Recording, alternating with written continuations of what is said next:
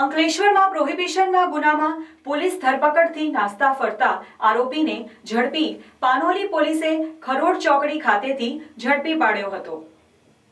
અંકલેશ્વરમાં પ્રોહિબિશનના ગુનામાં પોલીસ ધરપકડથી નાસ્તા ફરતા આરોપીને ઝડપી પાનોલી પોલીસે ખરોડ ચોકડી ખાતેથી ઝડપી પાડ્યો હતો।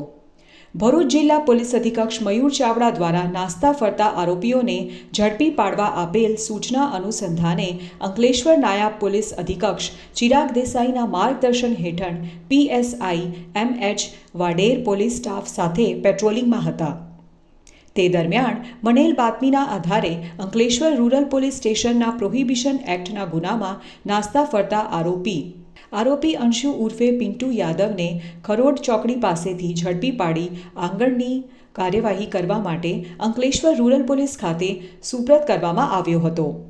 ઝડપાયેલ આરોપી વિરુદ્ધમાં કોસંબા પોલીસ સ્ટેશન જિલ્લા સુરત, વાપી ટાઉન પોસ્ટેડ જિલ્લા વલસાડ, ભિલાડ પોસ્ટેડ જિલ્લા વલસાડ ખાતે પણ પ્રોહિબિશનના ગુનાઓ નોંધાયેલ છે। તે ગુનાઓમાં આરોપી વોન્ટેડ છે।